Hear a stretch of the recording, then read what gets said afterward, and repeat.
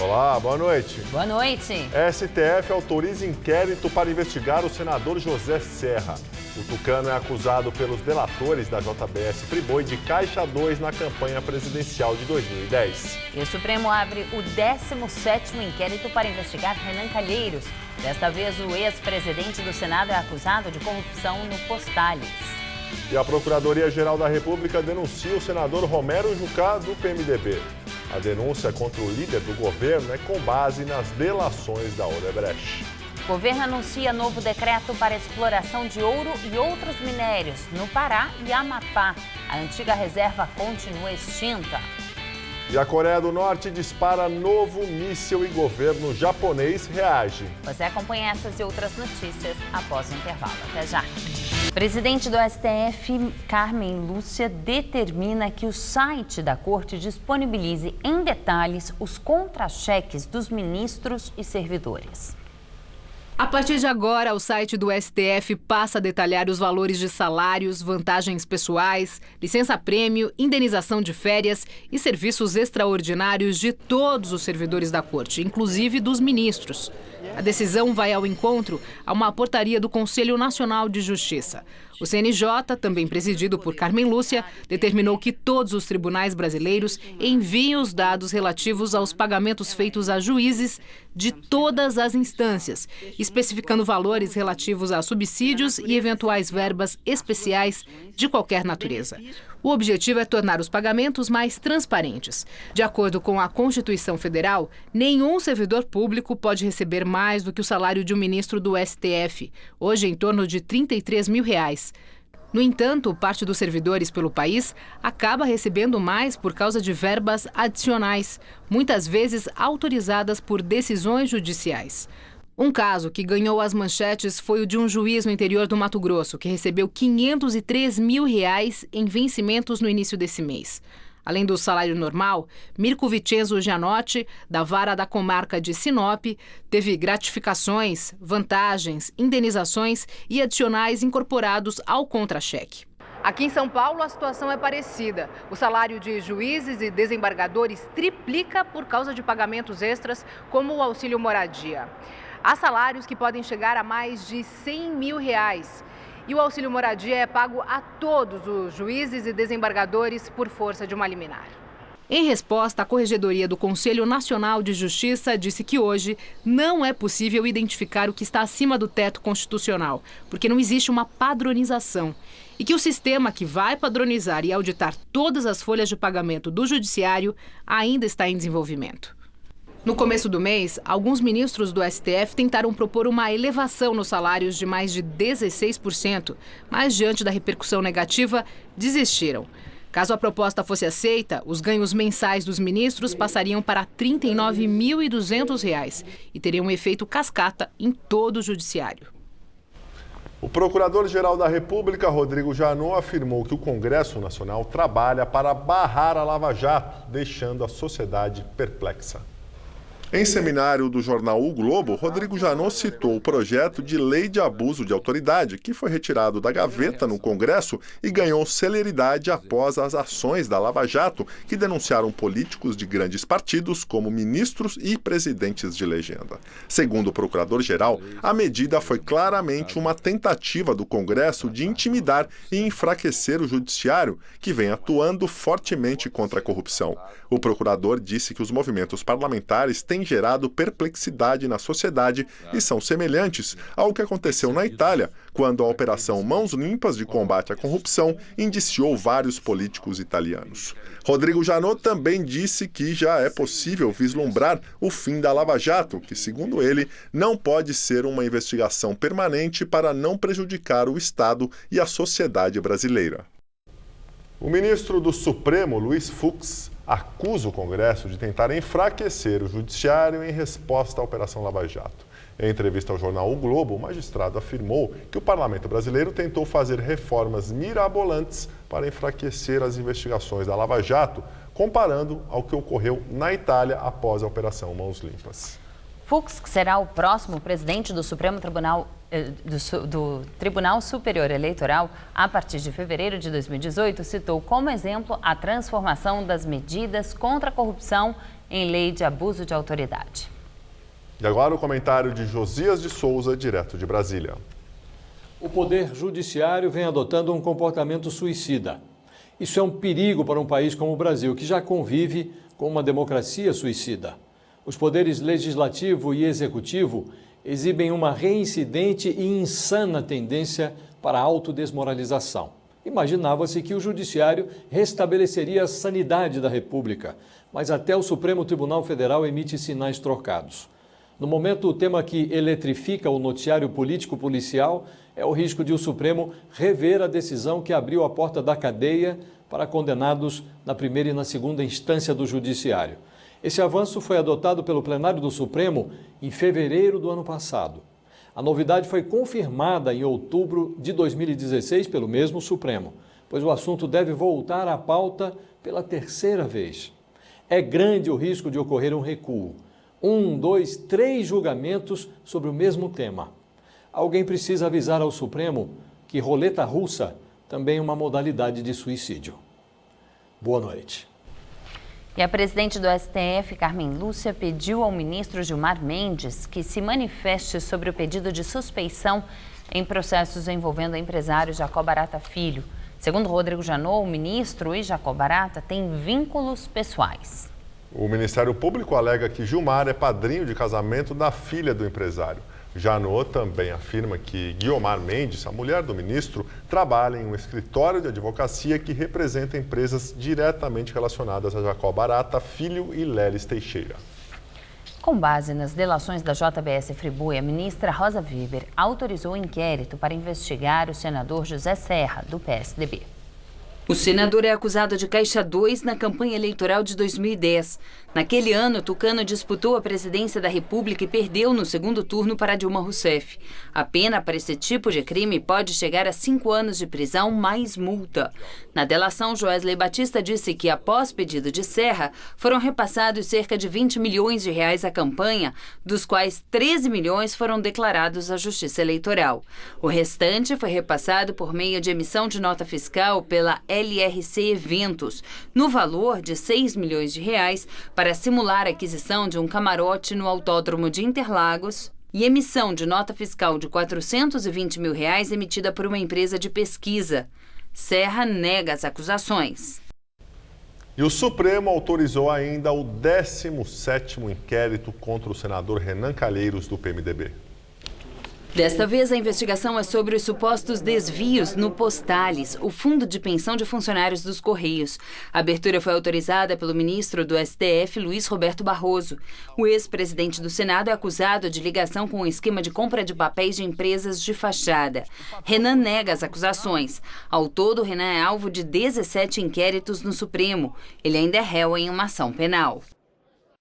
Em delação, o ex-governador do Mato Grosso, Silval Barbosa, confessa ter intermediado o repasse de 4 milhões de reais a pedido do atual ministro da Agricultura, Blairo Maggi, e do ex-prefeito de Cuiabá, Mauro Mendes. O dinheiro teria servido para comprar apoio do PMDB nas eleições municipais de 2008. No termo de colaboração, o ex-governador afirmou que o pedido dos 4 milhões de reais partiu do hoje deputado federal Carlos Bezerra, do PMDB de Mato Grosso.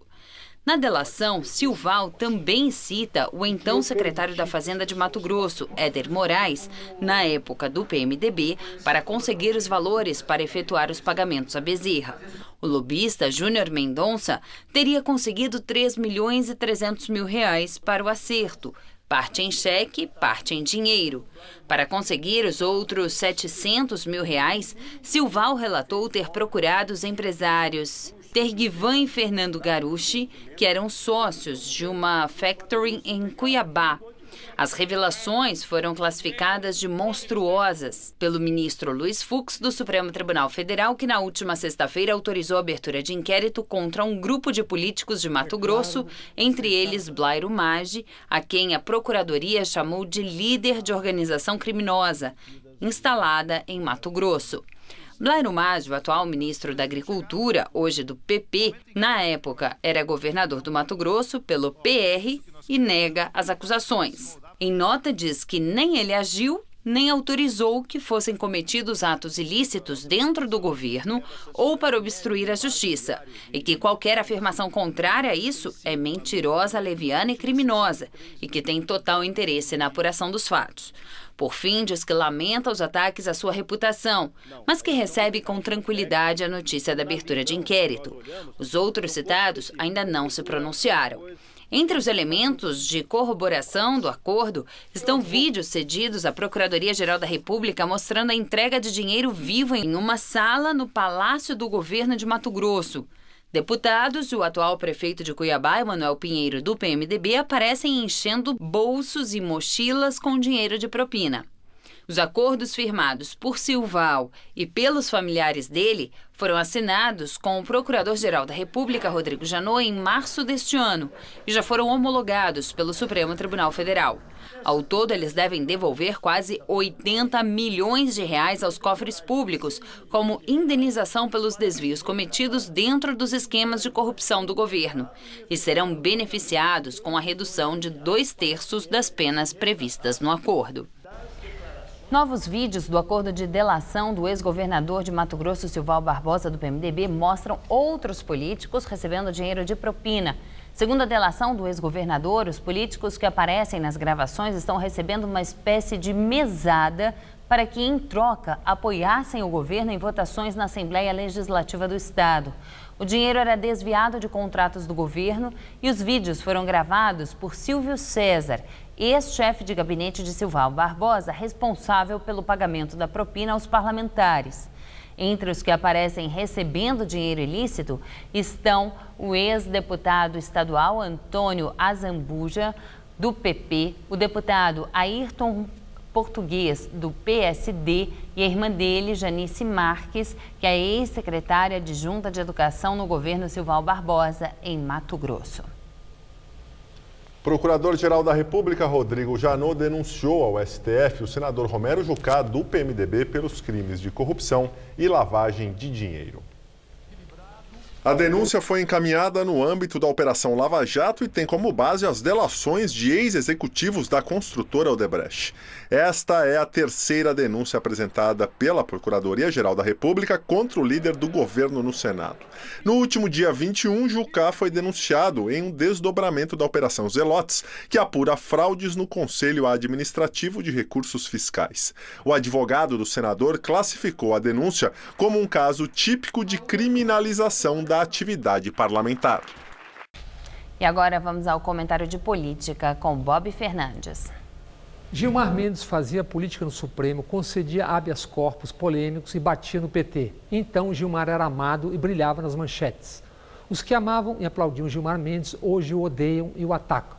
Na Folha, Mônica Bergamo relatou: advogado amigo de Moro é acusado de intermediar negociações com a Lava Jato.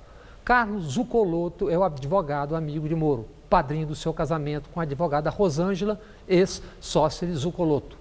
Quem acusa é o ex-advogado da Odebrecht, Tacla Duran. Duran, acusado de lavar dinheiro e integrar organização criminosa. Tacla Duran tentou, mas não conseguiu fazer delação premiada. Com dupla nacionalidade, Duran refugiou-se na Espanha. Livre, Duran acusa. Zuccolotto, amigo de Moro, tentou negociação para melhorar os termos da delação. Zuccolotto respondeu: não existe verdade nessa história. E Moro lamenta a utilização da palavra de um acusado pela justiça brasileira. Cabe uma pergunta: o que são todos os delatores da Lava Jato, se não acusados pela justiça brasileira? Em 29 de março do ano passado, Moro pediu desculpas públicas ao Supremo por ter vazado conversas entre Lula e Dilma. À época, Moro foi criticado por Zavascki e o ministro Marco Aurélio Mello foi duro e claro: isso é crime, está na lei. Ele, Moro, deixou a lei de lado. Em entrevista recente ao New York Times, Moro mudou de ideia. Disse não se arrepender pelo vazamento das conversas entre Lula e Dilma e acrescentou: a democracia ganha quando as pessoas aprendem o que seus líderes fazem nas sombras. Gilmar Mendes agora experimenta súbita conversão do amor ao ódio, do Supremo ao chão. Moro foi tornado juiz supremo. São os amores, dissabores e contradições na República do Judiciário e de juízes escorados por manchetes. Boa noite. Michel Temer lança programa para incentivar o trabalho voluntário ao lado da primeira-dama Marcela. Amanhã, o presidente viaja para a China. Ele passou os últimos 3 dias em reuniões com o primeiro escalão do governo. Marcela Temer fez um breve discurso de menos de 5 minutos. A última vez que a primeira-dama falou em público foi em abril, durante um evento em São Paulo. Hoje, destacou que ser voluntário é um ato de amor. Abdicar de seu tempo para ouvir e ajudar alguém é a maior demonstração de altruísmo que o ser humano pode dar. Ontem, Temer se encontrou com o presidente da Câmara, Rodrigo Maia, para discutir as pautas prioritárias para o governo enquanto estiver na China. Hoje, se reuniu com os ministros no Palácio do Planalto. A viagem do PMDBista deve inviabilizar a votação da PEC do Distritão e do Fundo Eleitoral. Na ausência de Temer, Maia assumirá o comando do país. Temer viaja amanhã para uma visita de Estado e participará da cúpula dos BRICS, o grupo que reúne Brasil, Rússia, Índia, China e África do Sul. Em entrevista à TV chinesa CCTV, o presidente afirmou que vai apresentar no país asiático a nova rodada de concessões e privatizações anunciadas pelo governo na semana passada. A intenção, segundo ele, é atrair investimentos para o Brasil. Em entrevista ao mesmo veículo de comunicação, o embaixador do Brasil na China, Marcos Caramuru de Paiva, disse que os dois países devem chegar a um novo acordo sobre vistos de entrada de 5 anos, durante a visita de Temer. A medida é para facilitar o comércio. Temer deve retornar ao Brasil somente em 6 de setembro, na véspera do feriado de independência. O governador Geraldo Alckmin, do PSDB, demitiu o secretário de Meio Ambiente, Ricardo Salles. Ele é acusado de improbidade administrativa pelo Ministério Público de São Paulo. Ricardo Salles, do PP, foi denunciado pelo Ministério Público Paulista por fraudar o plano de manejo da área de proteção ambiental da Várzea do Tietê, atendendo às solicitações da Federação das Indústrias do Estado de São Paulo, a Fiesp. Ele responde na Justiça pelo crime de improbidade administrativa. Nos bastidores, a demissão dele pelo governador Geraldo Alckmin, do PSDB, se dá por pressões do Partido Progressista, que estaria insatisfeito com a atuação do secretário na pasta. O mais cotado para assumir a secretaria é Maurício Bruzadin, que é ex-membro do PV e tem histórico de militância na área ambiental. Nas eleições de 2014, Bruzadin trabalhou na campanha do candidato Aécio Neves como coordenador de redes sociais. Ele também foi colaborador da campanha à presidência de Marina Silva em 2010. Por meio de nota, a Secretaria de Meio Ambiente do Estado de São Paulo diz que o governador Geraldo Alckmin não demitiu o secretário, mas que Ricardo Salles pediu o afastamento do cargo. Depois de muita polêmica, o governo federal anunciou hoje a edição de um novo decreto sobre a extinção da Reserva Nacional de Cobre e Associados na Amazônia Paraense, que na última quarta-feira havia sido liberada para a exploração de mineradoras. A reserva fica em uma área de 4 milhões de hectares entre o Amapá e o Pará e equivale a todo o estado do Espírito Santo. Com um decreto assinado por Michel Temer na quinta-feira, empresas privadas poderiam explorar a região sem salvaguardas para a floresta, segundo as entidades ambientais. Por conta da polêmica, o governo anunciou que vai publicar um novo decreto revogando o texto anterior. Tenho certeza de que com essas decisões nós vamos ter muita responsabilidade na região e não vai acontecer um desmatamento desenfreado, conforme era o nosso receio. Segundo denúncia do site da BBC de Londres, no Brasil, o ministro de Minas e Energia, Fernando Coelho Filho, vazou o decreto para empresários do setor de mineração 5 meses antes da publicação do texto no Diário Oficial da União. Por conta do vazamento, parlamentares da oposição já colhem assinaturas no Congresso para criar uma CPI e investigar o caso na Câmara dos Deputados. Já faz frio aqui na capital paulista, mas a tarde foi quente e ensolarada com ar bastante seco. Pois é, e essa deve ser a tendência para os próximos dias. Vamos aos detalhes da previsão do tempo.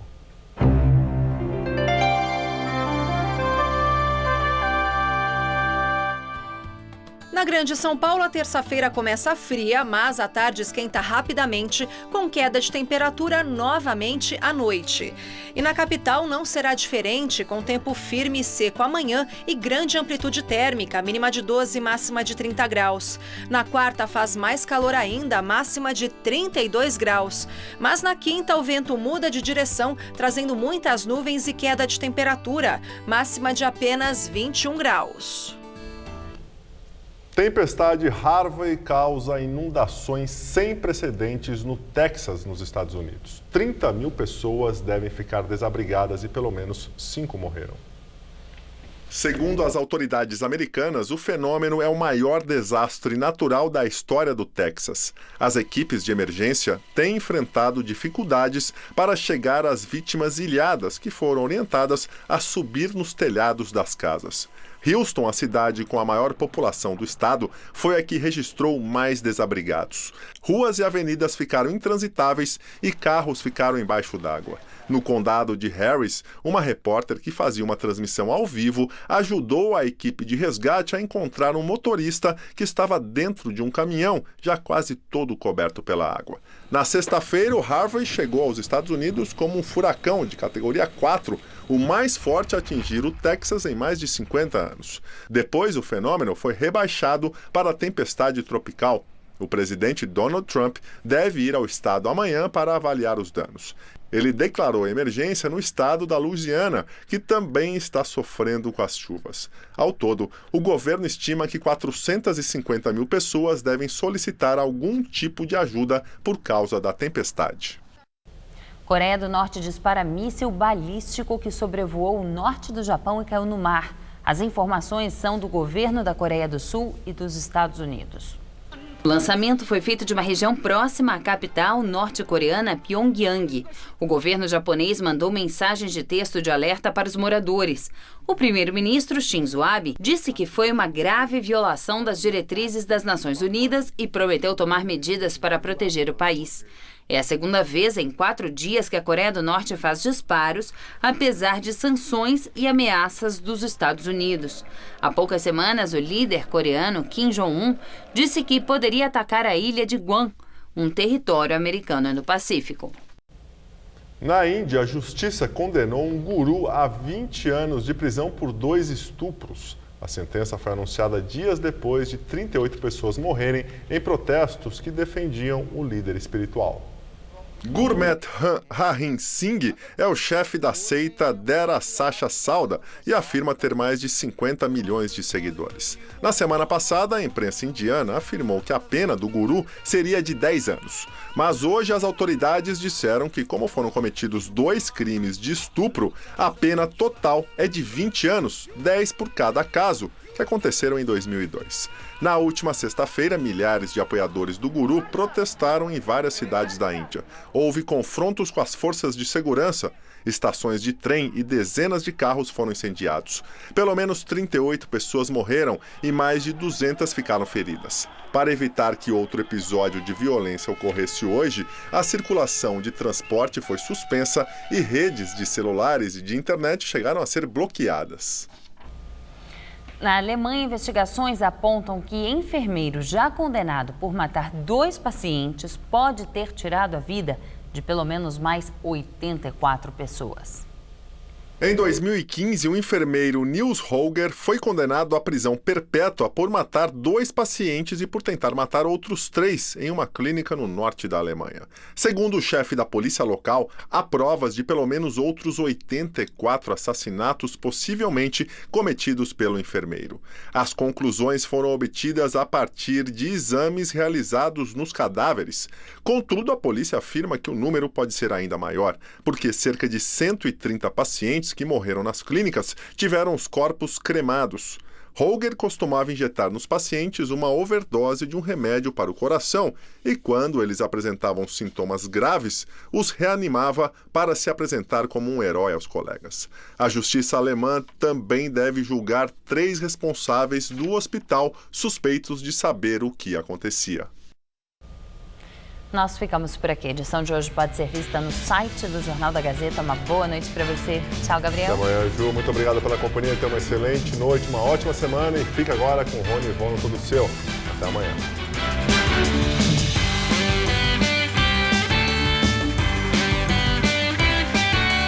Pão de churros com fondue de doce de leite. Essa receita de dar água na boca você encontra no Cozinha Amiga desta terça, 1h30 da tarde. Assista agora, tudo seu.